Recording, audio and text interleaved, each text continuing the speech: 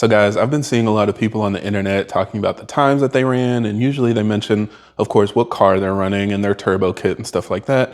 But they always seem to fail to mention when they have weight reduction, which is pretty annoying because it makes it a little bit more difficult to compare times between people when somebody just comes in and acts like they're flying with the same mods as everybody else and nobody knows why.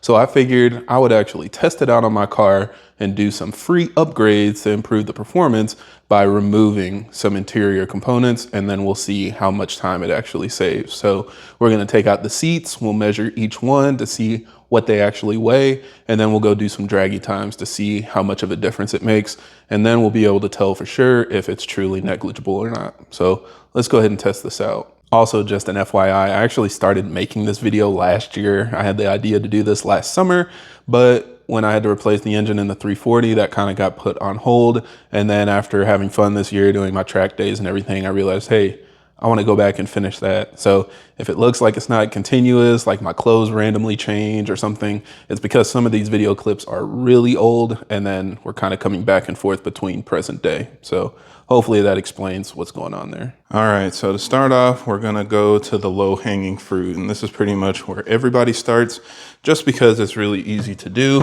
So we're gonna come back here and remove the rear seats. Now this is probably like the lowest weight reduction you can do, but they're also so easy to remove and it doesn't have a significant impact on driving the car since you're up front. It's just something a lot of people do really quick to get a little bit of an edge.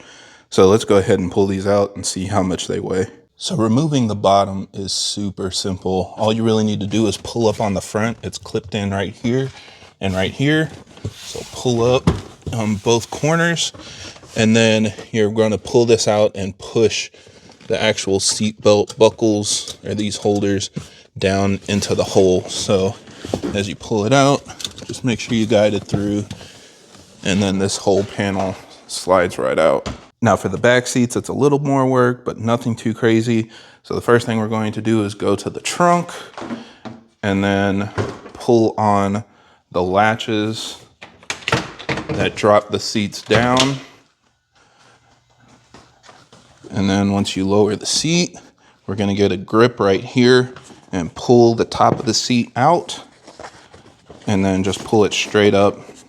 Move the seat belt out of the way so you can get it loose. And we do that on both sides.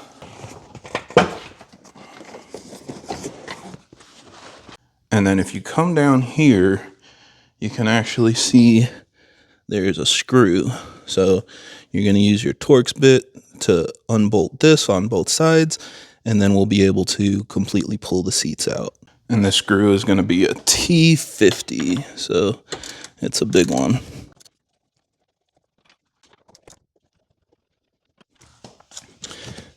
And then you just lift this up. And in the middle, they're kind of hooked into each other. So you gotta pull it out from the middle, and then it completely removes. And then same thing on this side.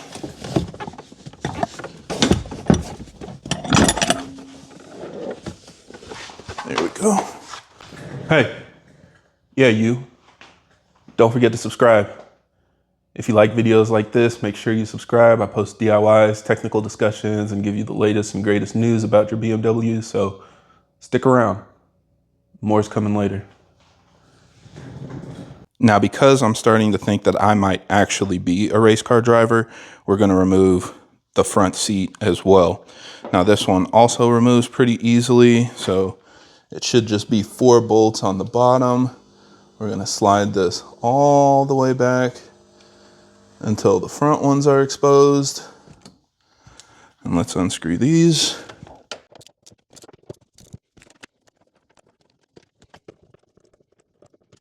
And then you're gonna slide this all the way forward until you had exposed the bolts in the back as well.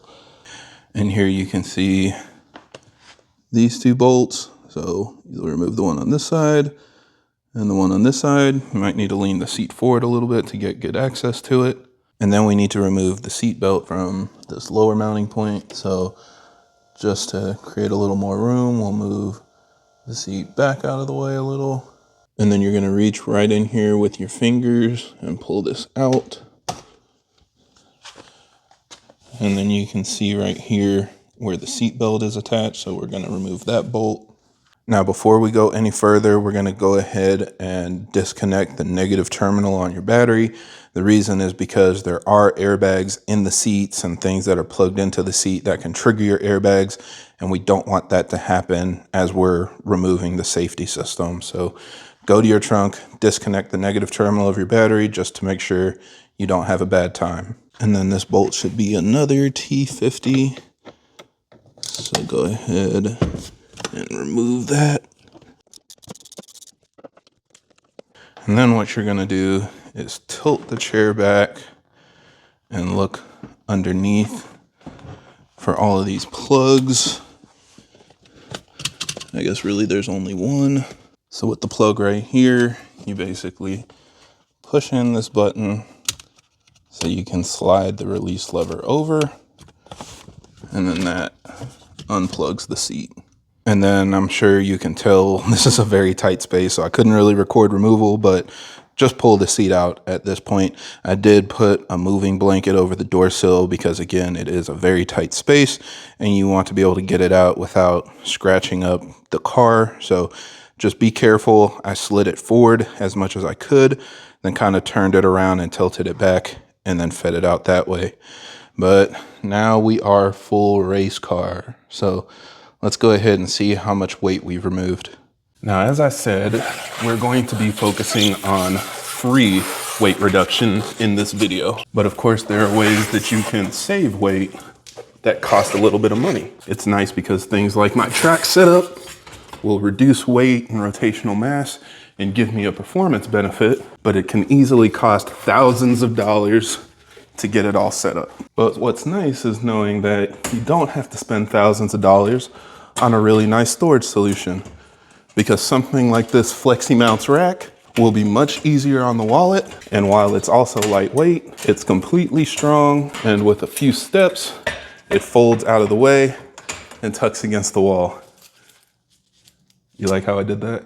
Seriously, guys, you might remember when I installed the Flexi Mounts GL1 lift system, but this new shelf system is a game changer. Flexi Mounts has a lot of great storage solutions, but this one puts everything together with a lightweight shelf that can hold up to 900 pounds.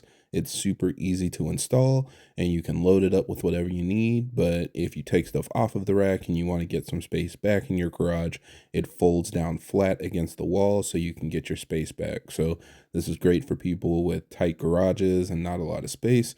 This helps you manage your real estate based on your needs. So I highly recommend it. Of course, I'll have a link in the video description if you guys are interested in buying your own shelf or any of the Flexi Mount storage solutions. And a big thank you to Flexi Mounts for sponsoring this video. All right, so now it's time to tell how much these parts weigh. So what we're gonna do is I'm standing on a scale right now and I'm just gonna pick them up and see what the weight difference is, and that'll tell me how much the individual components weigh. So starting off, we'll pick up the rear bench. So this is about 13 pounds, 14 pounds. Not that crazy. I actually probably thought it was less, but yeah, 14 pounds, that's a little bit of weight reduction.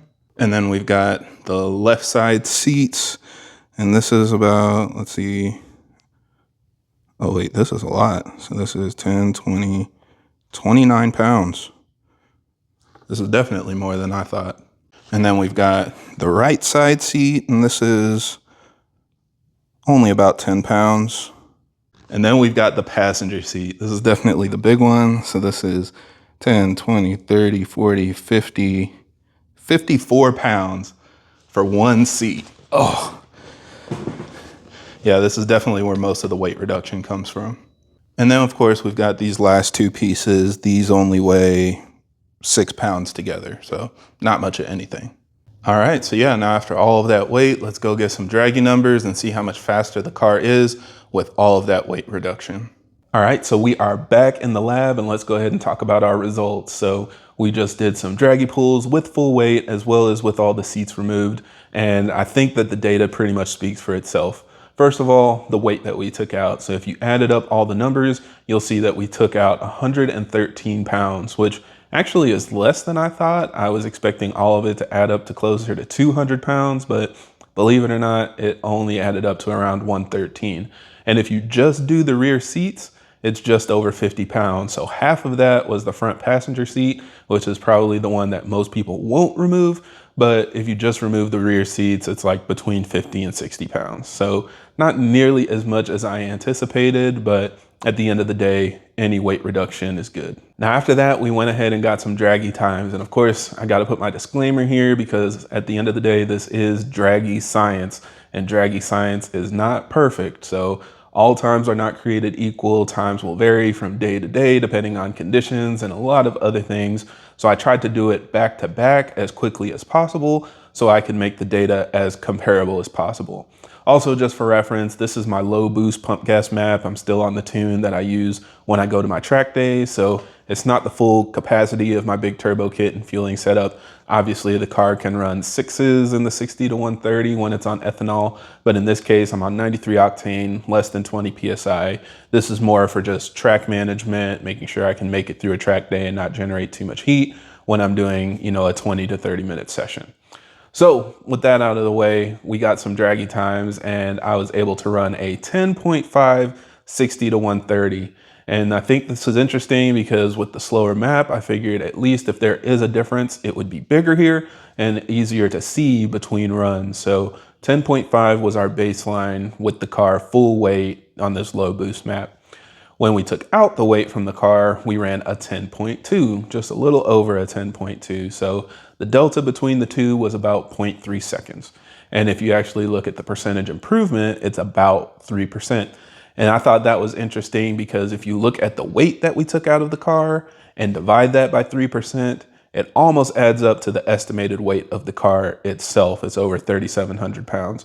So it kind of helps work out the math to understand that depending on how much weight you take out as a percentage of the total weight of the vehicle, it more or less translates to the improvement that you'll see on the street. So gained about 3% of a reduction in my draggy times. But I also realized that there are a lot of other things to consider. And again, kind of pulling back the curtain here, I didn't do it in order as you saw in the video. I didn't do a full weight run, then take out all the weight on video, and then do the no weight runs.